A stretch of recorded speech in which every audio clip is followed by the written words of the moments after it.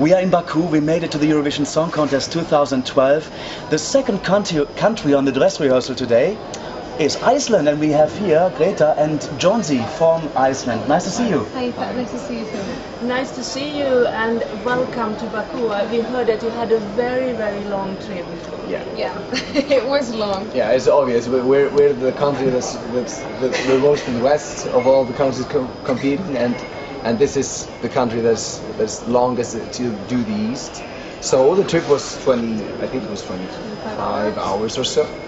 So we just arrived last night and we didn't get any sleep.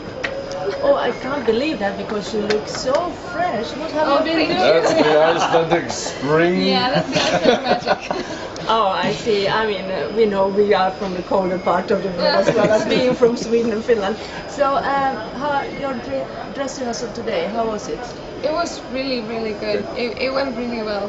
It was just so amazing to stand up on the arena and to see everything that's been, that they've been doing.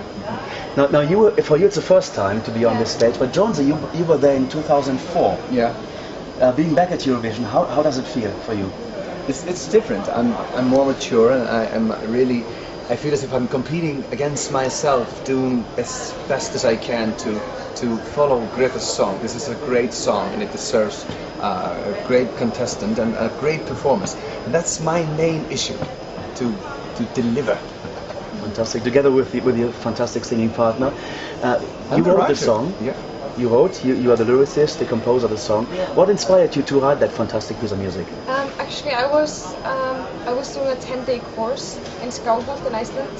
It's a part of my master's program in music. So I was there just doing intensive music work, and I was inspired by the story of that place, and just by Icelandic nature, Icelandic traditional folk music. So that was my main inspiration.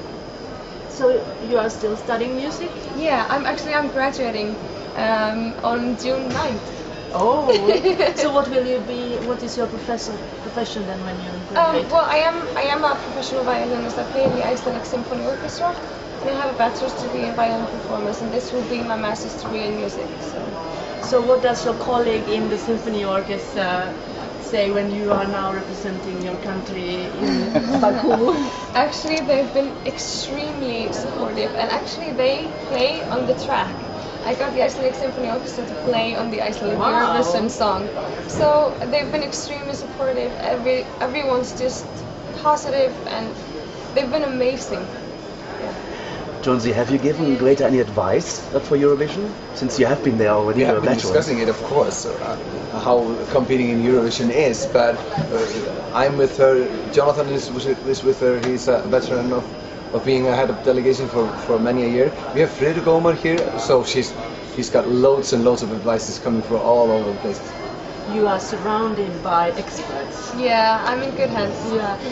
Can I ask you a question, Greta? The music or music role models, do you have any? I have so many music role models.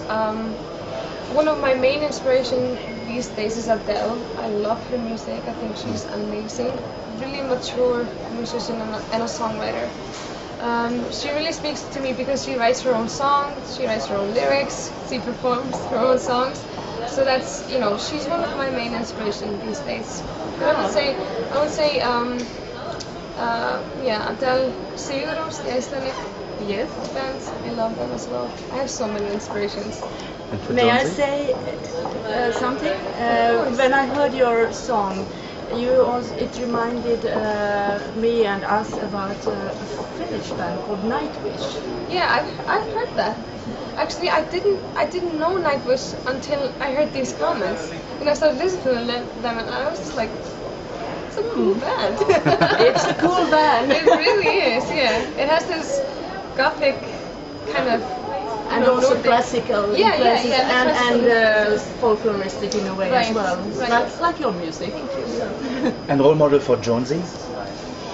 My biggest role model is sadly passed away, and that's Freddie Mercury. I think he's one of the greatest singers that we ever had.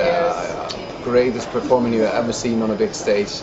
You have seen him? Right? No, I didn't see him. I was too young to ever go on a concert with him, but my dad loved him. And He's my big idol. Now, in 2004 you sang in Istanbul. What has happened with your career between now and then? I published a few records, and I've been in a few plays and a movie, and I've been studying psychology, having a baby, just doing this and that. Wow, so you're also an actor?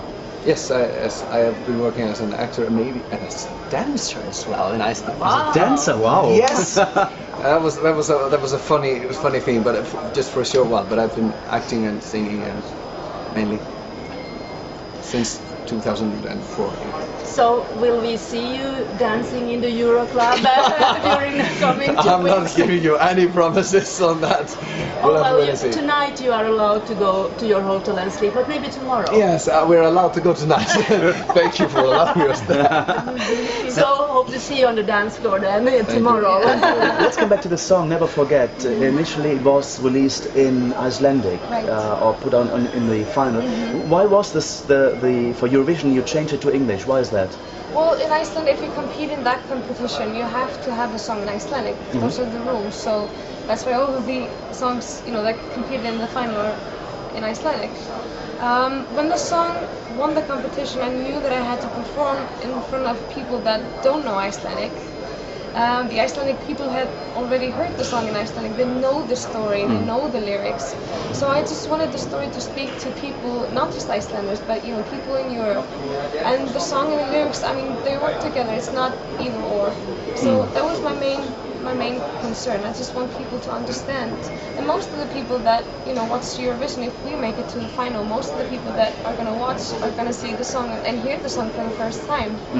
And I think it's more accessible if you hear it in English. Yeah. And I know some people like the Icelandic version, some people like the English version. It's it's always like that, and both of the versions exist. So. And both are good. Thank you. Yeah. Now, my final question for today is Eurovision has got a 56-year history. You have been there, Jonsi, but you haven't. Have you any favorite Eurovision entries of the past? Yes, my absolute favorite Eurovision entry is Nocturne. From Secret Garden. Well, obviously, maybe. It has the violin, it has the classical elements, it has everything that I love in music. But I think it's there's something about that song that's unique, and it's it has a high standard. Yeah. Amazing, fantastic. And for you, favorite Eurovision I've been asked entry this ever? question many times, and it's always the same song. It's Lane Moje from 2004. It's and you're gonna meet him. and I'm gonna meet him. Jelko Gizimovic is Yes. gonna be here. Yes. I'm gonna shake his hand and applaud him for this great song from 2004. Do you think that his entry this year comes to Lane Moje? I haven't heard it. I am so okay. sorry about that, but I'm going to hear it. I have, and I love it. Yeah. His entry, I can't even say how it's pronounced, but Serbian is not my tongue. Something like that. Yeah. It's beautiful. It's absolutely beautiful. Jonsi and Greta, thank you very much for chatting with us, and we wish you all the best of luck at the Eurovision Song Contest here in Baku. That you have a fantastic rehearsal, second class rehearsal coming up, and then of course get the place in final and get into the top stage. Thank you. We wish you all the best and also have a good time here in Baku. We want to go to Iceland next year. I have never been to Iceland. That's been noticed. So make a note. It's on our wish list. We will try to do our absolute best. Okay, we trust in you. We trust in you. Thank you very much.